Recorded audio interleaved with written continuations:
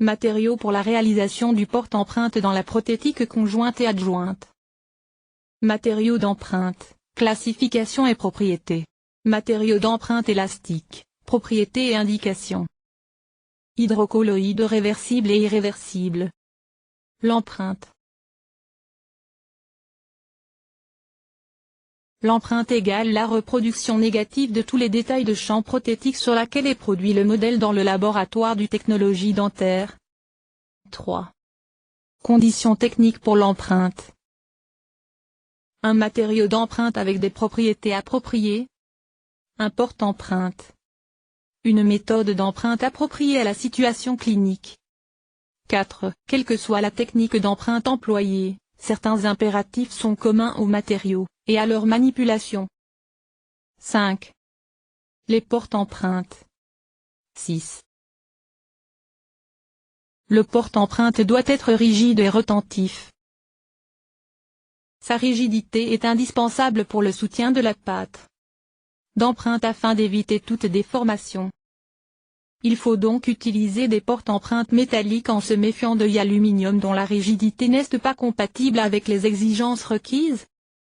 La rétention du porte-empreinte doit être mécanique et physico-chimique. Les porte-empreintes seront donc en acier chrome ou en inox, ces derniers temps les plus rigides. Les retentions mécaniques sont assurées soit par des perforations, porte-empreinte classiques, soit par des tubes métalliques soudés dans un trado, porte-empreinte Rimlock. 7. Il est classique d'employer les porte-empreintes perforées pour les élastomères et les porte-empreintes Rimlock pour les hydrocolloïdes réversibles ou non.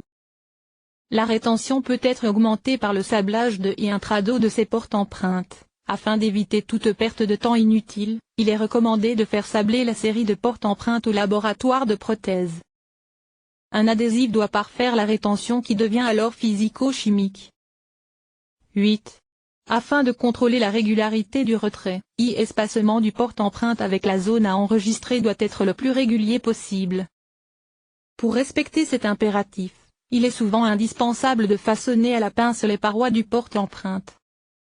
Celui-ci doit être suffisamment grand aux extrémités pour supporter la totalité du matériau, afin d'éviter les déformations liées au poids du plâtre lors de la coulée. Dans certains cas, il est nécessaire de y allonger avec un matériau rigide tel stan ou la résine. La fermeture de la partie distale du porte-empreinte permet, outre la formation d'une butée d'enfoncement et une épaisseur régulière de matériau, le guidage du matériau d'empreinte sur les dents les plus distales de l'arcade. En revanche, les excès de pâte débordant au-delà du porte-empreinte doivent être coupés car ils induisent, par leur déformation, une erreur lors de la coulée du plâtre. 9. Matériaux de porte-empreinte utilisés en thérapie conjointe et adjointe. 10. Il est donc conseillé à l'odontologiste de les majorer un peu. Si le matériau adhère parfaitement au porte-empreinte rigide, le retrait inéluctable lors de la prise de la pâte ne peut se faire que vers les parois. Cela donne un modèle en plâtre légèrement surdimensionné qui favorise la mise en place clinique de la future restauration coronaire. Il est indispensable de suivre scrupuleusement les conseils du fabricant quant au mode et au temps de préparation des pâtes à empreinte. Cela étant le gage du succès, il faut avoir en mémoire que les temps donnés sont généralement calculés au minimum. Il est donc conseillé à l'odontologiste de les majorer un peu. 11. Un mauvais malaxage ou une désinsertion trop hâtive entraîne un nombre de liaisons insuffisant entre les molécules constituant le matériau d'empreinte. Celui-ci est alors en phase plastique, comme une pâte à modeler, et non élastique. Il conserve la position donnée par la zone de plus grand contour épousée lors de la désinsertion, au lieu de revenir à sa dimension initiale. 12. Tous les matériaux d'empreinte présentent une déformation permanente après des contraintes plus ou moins importantes. Cette déformation augmente non seulement avec l'intensité et les directions des contraintes, mais aussi en fonction du temps d'application. Ces inconvénients apparaissent surtout lors de la désinsertion du porte-empreinte. Pour les limiter, la contrainte doit être très brève et la plus axiale possible. Il est donc recommandé, lors de la désinsertion du porte-empreinte, de demander au patient de fermer légèrement la bouche afin d'introduire les index de part et d'autre du fond des vestibules. Un mouvement de rotation rapide des index en même temps qu'une traction sont effectués avec l'aide du patient qui ouvre alors très grand et très rapidement la bouche. Ces manœuvres autorisent la désinsertion rapide et axiale du porte-empreinte. 13. Classification des porte-empreintes. Après la surface contact avec le champ prothétique. Porte-empreinte totale, inclure une arcade. Porte-empreinte partielle, couvre un segment de l'arcade. Porte-empreinte unidentaire, pour une seule dent.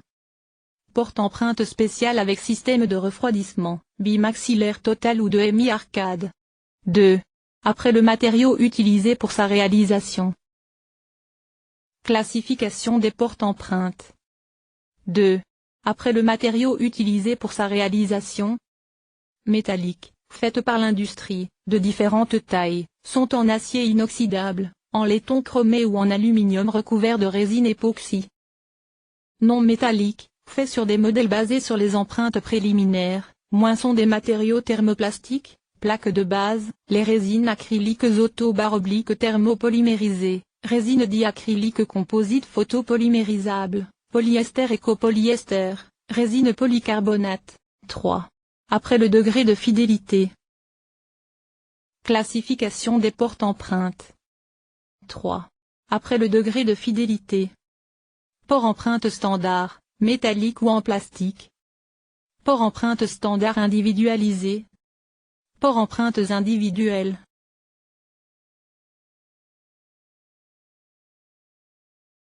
E-Trelight Clear. E-Tremetal. E-Trelight Plastique. E-Trelight Edentulou. E-Trelight Dual Arch.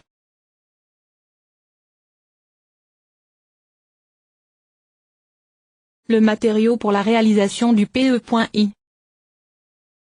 Virs. Faut donner à celle-ci. Stabilité de la forme. Petit changement de volume. Rigidité. Résistance à la corrosion. Porte-empreinte individuelle. Une épaisseur plus uniforme du matériau d'empreinte. Doit assurer une liaison chimique longue et de qualité. Et démontrer que de tous les matériaux utilisés pour la fabrication des porte-empreintes individuelles, les masses thermoplastiques, les masses de thermoformage, les résines acryliques, les matériaux composites, etc., les résines diacryliques composites photopolymérisables uniquement répondent à ces conditions. Matériaux d'empreinte. Conditions nécessaires aux matériaux d'empreinte. La plasticité. La fidélité. L'élasticité. Résistance mécanique. La stabilité dimensionnelle. Temps de prise. La compatibilité avec les matériaux des modèles. Biocompatibilité avec les tissus buccaux. Capacité d'utilisation sans nécessiter un équipement connexe compliqué. Falk. 3 catégories des matériaux d'empreinte. Classification du matériau d'empreinte. Falk. 3 catégories des matériaux d'empreinte. Rigide. Plastique. Élastique. Poggioli. 3 catégories des matériaux d'empreinte. Classification du matériau d'empreinte. Poggioli. 3 catégories des matériaux d'empreinte. Rigide. Le gypse, l'acrylate autopolymérisable. Semi-rigide, masse thermoplastique, cire buccoplastique, la pâte Z2E. Élastique, hydrocolloïde réversible, agar-agar, et irréversible, alginate, les élastomères synthétiques, polysulfure, silicone, polyéther, acrylate avec prise retard. Iremia, 4 types de matériaux d'empreinte. Classification du matériau d'empreinte. Iremia, 4 types de matériaux d'empreinte. Avec temps de plasticité réduite et consistance rigide, moins le gypse, les résines acryliques, le mucosal. Avec temps de plasticité réduite et consistance semi-rigide, moins compound équerre. Moins pâte Zoé. Avec temps de plasticité réduite et consistance élastique, moins hydrocolloïde réversible, hydrocolloïde irréversible, caoutchouc polysulfure. Moins caoutchouc de silicone. Avec temps de plasticité prolongée pour, moins buccoplastique, Polymère résiliente. Nussbaum, 1986, moins de types de matériaux d'empreinte. Classification du matériau d'empreinte. Nussbaum, 1986, moins de types de matériaux d'empreinte. Rigide. Les masses thermoplastiques, le gypse, les pâtes OE. Élastique. Moins hydrocolloïdes réversibles et irréversibles. Élastomère synthétique, polysulfure, silicone. Les polyéthers. Classification du matériau d'empreinte. Maintenu et Bratu, classification qui tiennent compte de la consistance du matériau et du caractère de réversibilité-irréversibilité de celui. Matériaux rigides et semi-rigides irréversibles. Moins le gypse, les résines acryliques, les pâtes d'oxyde de zinc-génol. Matériaux rigides réversibles. Moins les compounstants, les matériaux buccoplastiques. Moins la gutta-percha, les cires. Matériaux élastiques réversibles. Moins hydrocolloïdes réversibles. Matériaux élastiques irréversibles. Moins hydrocolloïdes irréversibles alginates. Moins élastomère synthétique polysulfure silicone de condensation et d'addition polyéther. Qualité idéale de matériaux d'empreinte, G. Craig, 2001, UTU, 2005. De reproduire fidèlement les plus fins détails du champ prothétique. Odeur, goût et la couleur agréable. Consistance et texture satisfaisante. Non toxique ou irritant pour les tissus constitutifs de la cavité buccale. D'être plastique à une température soutenue par la cavité buccale, maximum 50 degrés C. La plasticité doit disparaître assez rapidement, 2-3 minutes, représentant le temps de la prise, mais elle doit être retardée aux volontés du praticien. Avoir une résistance suffisante pour ne pas s'endommager à la retrait de la cavité buccale. Peut être facilement retiré de la cavité buccale. Être facilement préparé pour les empreintes, en utilisant un minimum d'équipement. Temps de vie suffisant pour assurer les besoins de stockage et de distribution. Présenter un rapport qualité-prix favorable. Les caractéristiques de la prise adaptées aux besoins cliniques. Qualité idéale de matériaux d'empreinte, G. Craig, 2001, UTU, 2005. Pas affecté par l'humidité de la cavité buccale. Propriété élastique pour permettre le redressement complet après la déformation due à la liquation. Une résistance suffisante, pour ne pas se fracturer après l'enlèvement de la cavité buccale. Stabilité dimensionnelle, en limite normale de température et l'humidité rencontrée pendant les procédures cliniques et de laboratoire, pour une période suffisamment longue pour permettre la coulée de modèles. Compatibilité avec les matériaux pour la réalisation des modèles. Peut être désinfecté sans perdre d'autres qualités. Actuellement, il n'y a pas un matériau d'empreinte qui répond à toutes les qualités énumérées. Matériaux d'empreinte élastique. Hydrocolloïdes réversibles et irréversibles. Hydrocolloïdes réversibles.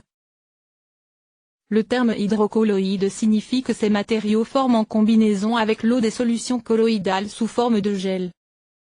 Le terme réversible se réfère à la propriété des matériaux de passer de l'état de gel, semi-solide, à l'état de sol, liquide, et vice-versa, en fonction de la température à laquelle ils sont. Forme de présentation. Les hydrocolloïdes réversibles sont présentés en différentes consistances. Haute, moyenne, fluide, barre. Le matériau est livré en état de gel dans des récipients de verre. Emballé dans des tubes métalliques seringues. Pour utiliser ces matériaux est nécessaire un équipement supplémentaire. Bain spécial avec différents compartiments, EX, satellite, commande du production vent et sont d'installations spéciales équipées avec des thermostats où se trouve l'eau à différentes températures et dans lesquelles le matériau d'empreinte sera progressivement introduit. Seringue des porte-empreintes avec circuit de refroidissement compresse des comprimés adhésifs thermomètres. Composition chimique. L'agar-agar, gélose, égale constituant de base d'hydrocolloïdes réversibles, est un colloïde organique hydrophile, D.P.D.V chimique est un polysaccharide, plage température de gélification, sol gel, 30-50 degrés C, plage de température de liquéfaction, gel sol, 71-100 degrés C. Eau composante essentielle des PDV quantitatif, 80-85%. Sulfate de potassium 1-2%, neutralise l'effet de borax, sert comme un accélérateur de la prise de gypse. Le borax 0,2% est inhibiteur de la prise du gypse, augmente la viscosité du sol, augmente la résistance du gel. Benzoate d'alkyle 0,1%, est conservant. Masse de remplissage, thymol, bactéricide de conservation, menthol, antiseptique, glycérine, plastifiant, talc, terre à diatomer, argile, silice, cire, pour contrôler la résistance, la viscosité, la rigidité du gel. Pigments et aromatisants. Dosage. Moins effet extemporanément, en fonction de la situation clinique. Dosage. Préparation. Technique de travail. Le dosage est fait extemporanément, en fonction de la situation clinique, en coupant le matériau avec le couteau, en quantité requise pour l'empreinte. Un équipement supplémentaire est nécessaire, qui se compose de un bain thermostat avec 3 compartiments, le compartiment pour liquéfaction, 80-100 degrés C, le compartiment pour stockage, 65-70 degrés C, le compartiment pour tempérage, 40-65 degrés C, seringue spéciale, port empreinte métallique à double paroi faisant circuler l'eau courante, thermomètre. Le matériau est inséré dans la première chambre et maintenu à une température de 100 degrés C pendant 10 minutes, changement de phase de gel au sol. Transfert du matériau dans la deuxième section, où vous pouvez garder dans le sol pendant 5 jours, est conseillé de vérifier la température de l'eau dans le compartiment de temps en temps.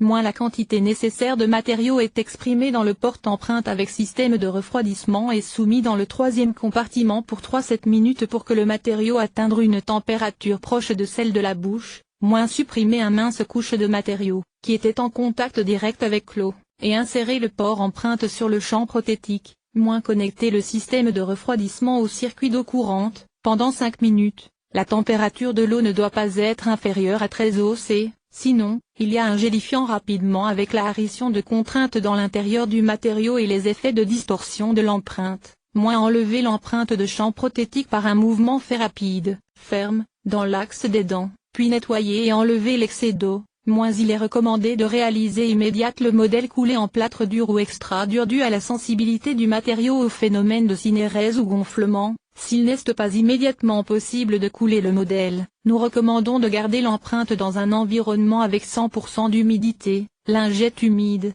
pour 30-60 minutes ou l'imprégnation de l'empreinte avec une solution de sulfate de potassium à 2%, 10 minutes avant de couler le modèle. Les matériaux non utilisés, second compartiment, peuvent être réutilisés, mais pas plus de 4 fois. La réutilisation étendue, la consistance du gel devient de plus en plus forte.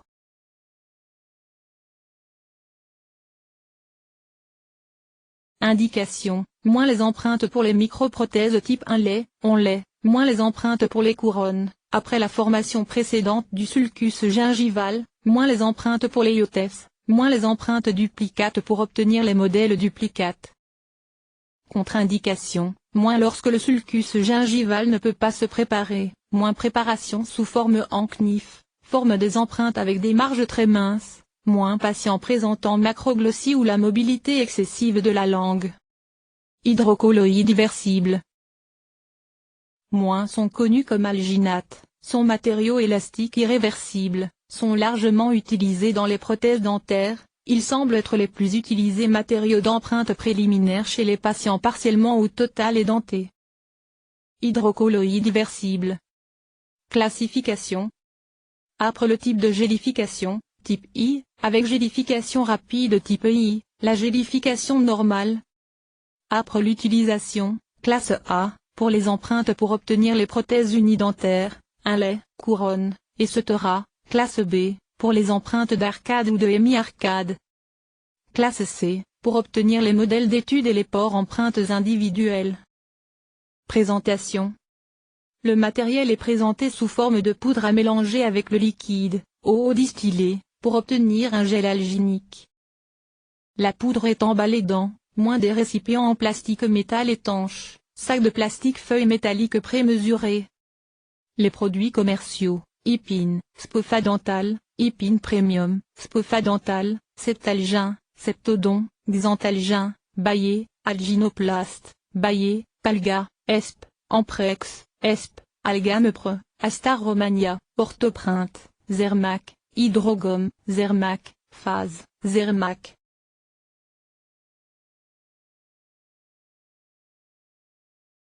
Composition chimique. Moins l'alginate alcalin de sodium ou de potassium 10-12%.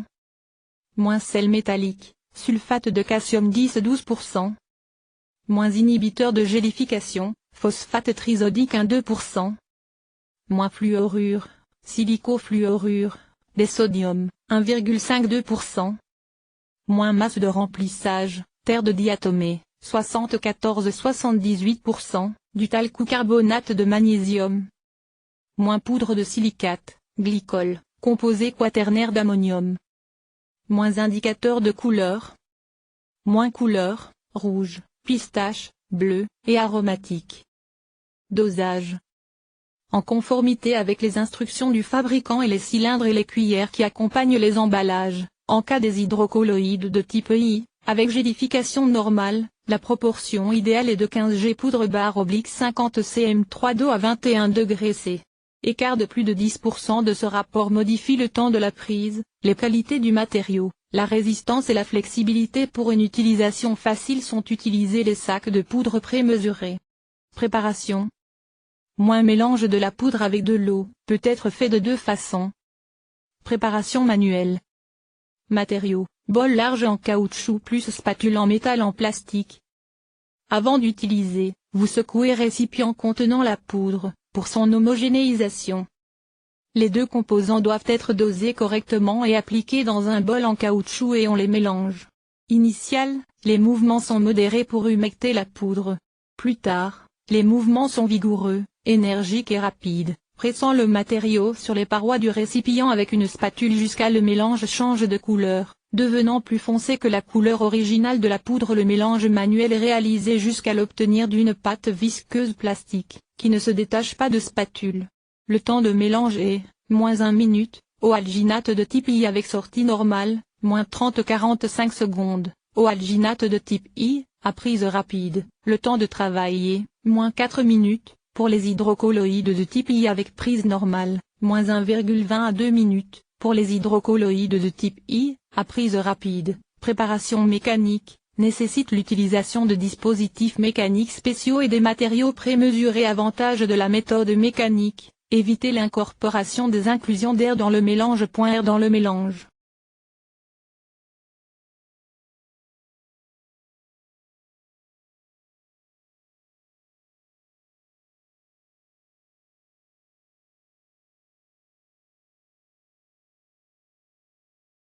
Indication, l'enregistrement des empreintes des dents antagonistes.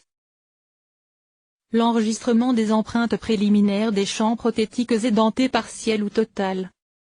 Empreintes pour la coulée des modèles d'études et de documentation. Empreintes pour la coulée des modèles de travail en prothèse unidentaire, alginate de type injection type.